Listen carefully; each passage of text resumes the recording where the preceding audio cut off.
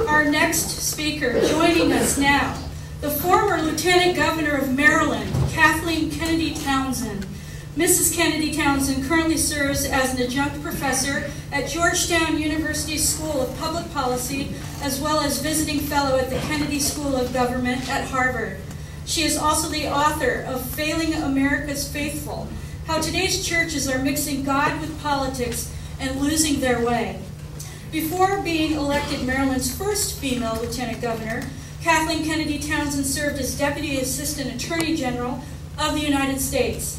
She also spent 7 years as the founder and director of the Maryland Student Service Alliance. Mrs. Townsend also serves on the board of directors of numerous organizations, including the Institute of Women's Policy Research and the Center for American Progress.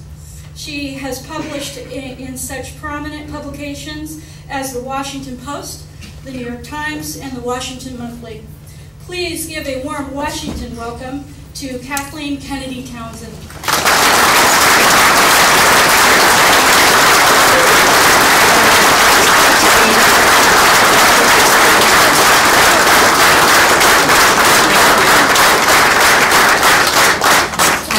Completely delighted to be here with you today. I'm like you. I am thrilled to see your wonderful governor, Governor Christine Gregoire. You know, I was here 4 years ago during the recount, and it was very scary as to what was going on.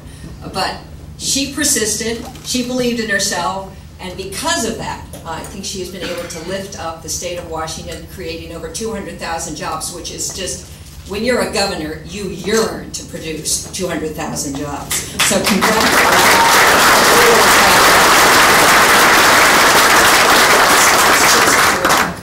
And I love being here, of course, with Governor Vilsack, who's done such an incredibly productive job in Iowa and speaks so eloquently about our values and what we need in this country. With your leader, Robert Roach, who is, you know, one of the great things about traveling with the machinists, you get to actually talk to them. Yeah. And then they talk back to you. And we have just had such a good time talking about our country, what needs to be done, and it's really been an honor to travel with you. So thank you so much. And I love meeting the AFT. Thank you. You spoke so eloquently about education and what we're up to. But I'm also so happy to be with you. I have to tell you, I was first here at Boeing in 1962. Were any of you born at that point? Thank you. I came here, I was saying last night to the group, we went salmon fishing, but in the morning we came, I was with my father, Robert Kennedy, who was talking to the machinists that time, many years ago, to thank you for what you had done for my uncle, John Kennedy, and what you continue. I want to thank you, what you do for my uncle, Ted Kennedy. You can never say thank you too much to people who help you. And so on behalf of my family, I want to thank the machinists and all you did for my family.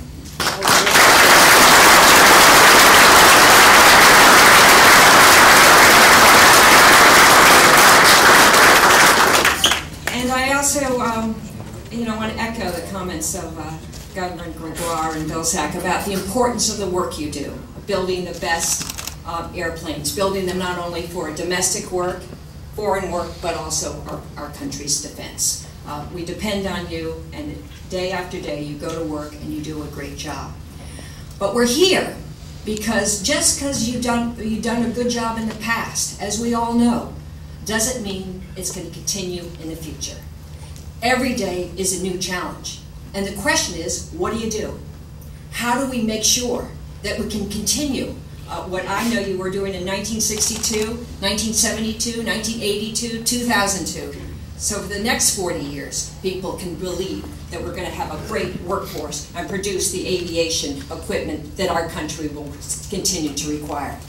And part of that is to understand the challenges we face. The machinists did a study. Your union leaders did a study and discovered that of the 30 million students who enter high school, only 6 million will graduate from college. So what happens to the other 24 million? Are they going to get the training they need? Are they going to have the skills that are required for the jobs of the future? Not unless we pay attention. Not unless we advocate. Now, you are very lucky here in Washington State to have this fabulous governor. But to tell you the truth, she is unique. It doesn't happen everywhere.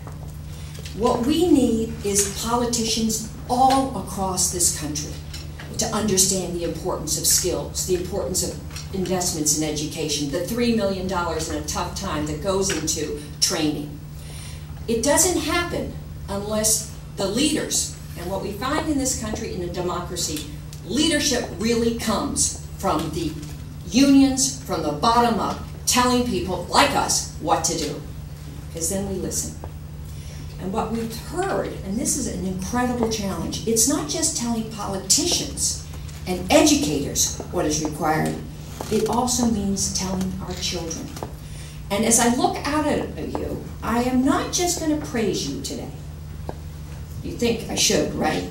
Coming into your state, coming into your union hall, saying how terrific you are. But we also learned that there's a difference between men and women.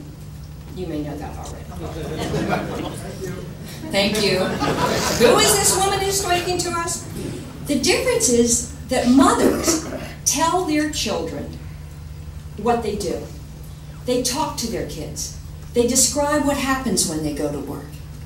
Guys come home, fathers come home, and don't tell their children. Don't describe what they've done for those 8 hours or 10 hours a day. And so their children don't know what's happening. And what I'm asking you guys, because I see there are a lot of guys in this room. Am I right? Yeah. There's one woman there looking down. is to say to your kids when you go home, I'm proud of what I do. I'm proud to work at Boeing. I'm proud of the airplanes that I build and fix and prepare for our country. What I do is important. And maybe your child will go ahead and do what you're doing, but at least that message will be out. And you'll get accustomed to speaking about what it is you do and why you think that your life is important because you've done it. Because when you leave, you know that airplanes have been built because of the work that you've done. This is important. This, you know, as I said, each day is a new challenge.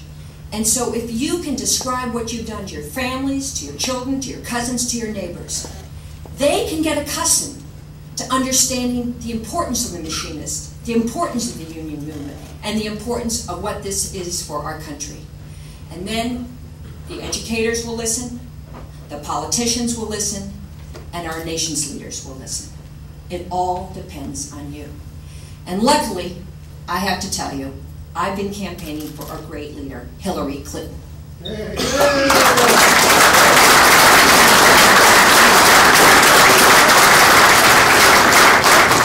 And she knows this. She understands it. She feels it in her gut. She knows the importance of skills, defending working men and women, fighting for unions. She knows that you are the backbone of this country. So in the next months, there are going to be many people coming and talking with you. There are going to be many people asking for your vote. I certainly hope that you'll give it to Christine Gregoire. Oh, yeah.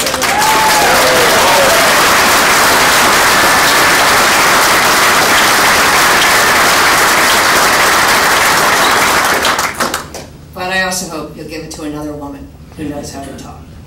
Uncle Ted forgot the memo, huh? You know about families? I love my family. And they love me. But like all families, you can have a disagreement. You can have a disagreement around the dinner table, and we have plenty. But in the morning, we understand that the real challenge is to defeat the Republicans. And that